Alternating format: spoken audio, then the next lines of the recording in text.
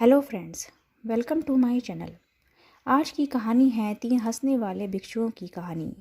दोस्तों, आपने कई घरों में लाफिंग मॉन्क्स की मूर्तियां ज़रूर देखी होंगी या किसी को गिफ्ट में भी दी होंगी। आज की कहानी उन्हीं चीन के 3 सदा हंसने वाले बौद्ध भिक्षुओं के बारे में है, जो आपको भी जीवन में खुश रहने और हंसने का महत्व सिखाएंगी। चलिए शुरू करते हैं। एक बार प्राचीन चीन में 3 प्रौढ़ भिक्षु रहते थे। उनके नाम आज किसी को भी याद नहीं है, क्योंकि उन्होंने कभी किसी को अपने नाम बताए ही नहीं थे। उन्हें केवल 3 हंसते हुए भिक्षुओं के रूप में जाना जाता है।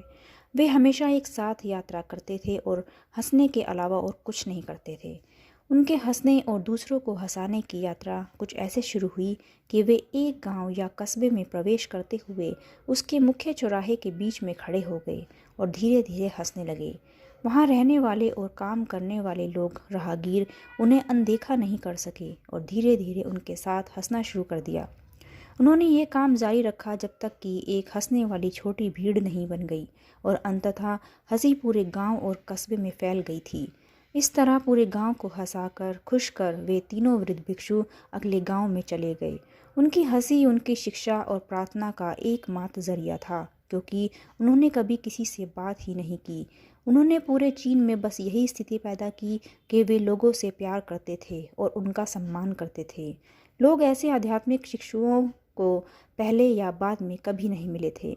उनका मानना था कि जीवन को हमेशा खुशी और आनंद के बड़े अवसर की तरह स्वीकार करना चाहिए।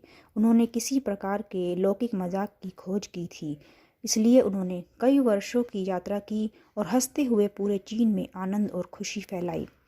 जब तक कि एक दिन उत्तरी प्रांत के एक विशेष गांव में रहते हुए उनमें से एक की मृत्यु हो गई। लोग चौंक गए थे और दूर दूर से भागते हुए आए थे। इस अलग से दिन के लिए खेतों को छोड़कर केवल अन्य 2 भिक्षुओं की इस नाटकीय घटना पर प्रतिक्रिया देखने के लिए लोग आए। सभी लोग उम्मीद कर रहे थे कि वे दुख दिखाएंगे या रोएंगे, और पूरा गांव उस स्थान पर आ गया जहां 3 भिक्षु थे, 2 जीवित और 1 मृत। सबके आश्चर्य के बीच शेष 2 भिक्षु केवल जोर से हंस रहे थे। वे हंस रहे थे और हंसे ही जा रहे थे, रुकने का नाम ही नहीं ले रहे थे। कुछ लोग जो सहायता कर रहे थे उनके पास पहुंचे और उनसे पूछा कि वे ऐसा क्यों कर रहे हैं।